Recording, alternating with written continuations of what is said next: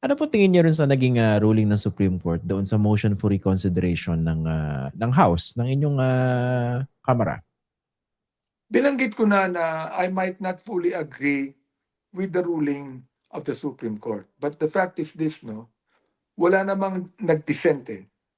All of the Supreme Court justices were one and the same in unanimously declaring the impeachment of Sara to be a farce, no? To be something that should not even Unconstitutional. be given credence to, no? Sa akin, hindi naman ako legal luminary, hindi naman ako abogado, and these justices are lawyers and they are legal luminaries. So I would accept that to be what the Supreme Court is, no? Being the interpreters of law. Pero ako, may mga pagkakataon na I would not in any way agree with everything that they said. The thing is this, kinakailangan lang siguro i-adjust namin yung rules. Okay? So, sapagkat hindi naman sinabi ng Supreme Court na baliwala yung ginawa ng Pangulo eh. Hindi naman talaga yung bang tinanggal yung accountability ng Vice President.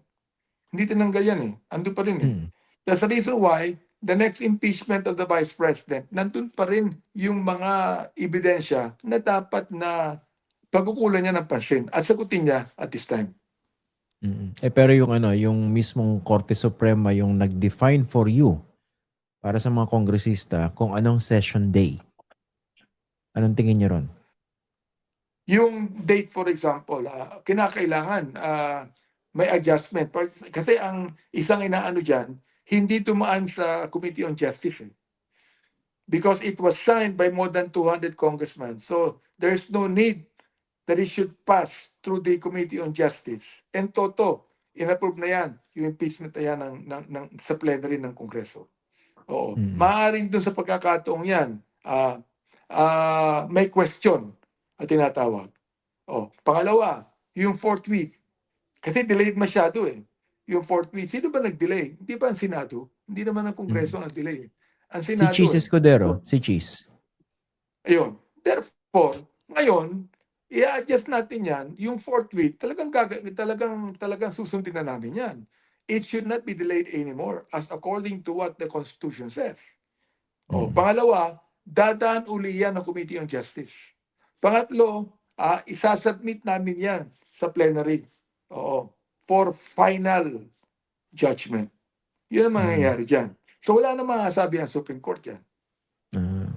Wag pa ka siguro. Huwag magsalita ng tapos. Joke lang po yun sa ating mga kagalang-galang ng mga Panginoon ng Padre Paura. Na laging tama even in their as they say, supreme even in their error. Okay, pero yun po. What do you think of the chances of the Vice President being impeached again sa House of Representatives? Again, basically using the same evidence or basis, diba, cited in the previous impeachment complaints against her. Sa akin, there's a big chance, Christian, that she can be impeached with all of the evidence against her. Sapagkat hindi lang kasama yung mga evidences na nakuha namin doon sa TRICOM and QUADCOM. Hindi naman niya pinaliwanag yan because she refused to take an oath. Ibig sabihin, ininsulto niya ang pinaka-institusyon namin na yun ang mandato namin She should have accepted that and she should have explained everything. May mga dumating pa mga ebidensya. And then, the testimony of a very close-in security, si Madriaga, na ngayon nakakulong pa. Kasama yan sa mga ebidensya against the Vice President. Kinakailangan ngayon, sagutin niya. Hindi pwede hindi niya sagutin yan. So mas sa tingin niyo, yung again linawin ko lang, malaki pa rin yung chance na ma-impeach siya muli. Malaki ang chance. And I believe that she will be impeached. Hindi ko lang alam kung ano ang magiging senaryo sa Senado. Depende yun kung sino yung... It will take 16 senators to finally anong tawag doon, to finally approve the impeachment of the Vice President. To remove Pero her. siyempre, 7 ang mga talagang talagang loyal yan sa Vice President. 7, kapag si Bato, hindi na nag-a-attend ng session eh. So 7 na lang. Kung si Senator Bato mag-a-attend yan, 8 pa rin. So sa amin, kaya nga merong mga pagkakataong Christian ng ibang congressman, wala ng gana sapagkat sabi nila, i-impeach natin yan. Pero pagdating na sa Senado, hindi naman may impeach talaga yan. Sapagkat marami siya mga kaibigan doon. Pero depende rin po yan kung sino yung magiging Senate President kung ma-transmit yung articles of impeachment doon po sa Senado. Di ba? Sa akin, depende na lang yan if the senators will not look at that as a political ploy, but they will really judge it on the basis of evidence. Palagay ko hindi na makakatakas ang Vice President yan. Kung ebidensya ang pag-uusapan. Kung ebidensya pag-uusapan. Of Kaso course, hindi naman po ganun. sinasabi Hindi naman nila, po ganun. that is not a judicial court. It is a political court. Whether it be a political court, naniniwala din po ako that the senators sitting as judges should look into the records and look into the hard evidence that will be presented.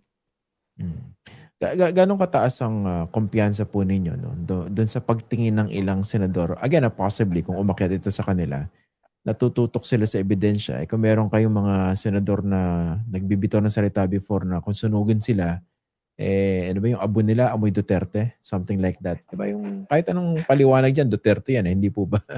So can you expect people like that to look at the evidence? Anong sabi mo yung ganong kataas ang kumpiyansa ko? Opo. The thing is, sa akin, parang wala pa ako at this point in time na kumpiyansa. Mas malala yun Sorry, okay. Pero ano, nakakadismaya pag nalalaman ko yan sapagkat nakikita mo na masyadong maingay yung mga pro-Duterte senators. In fact, yung mga bumoto against the resolution filed by the majority on China. Sa akin, ang tingin ko ron, yung mga hindi bumoto doon talagang pro-Duterte na yan marami rin sila.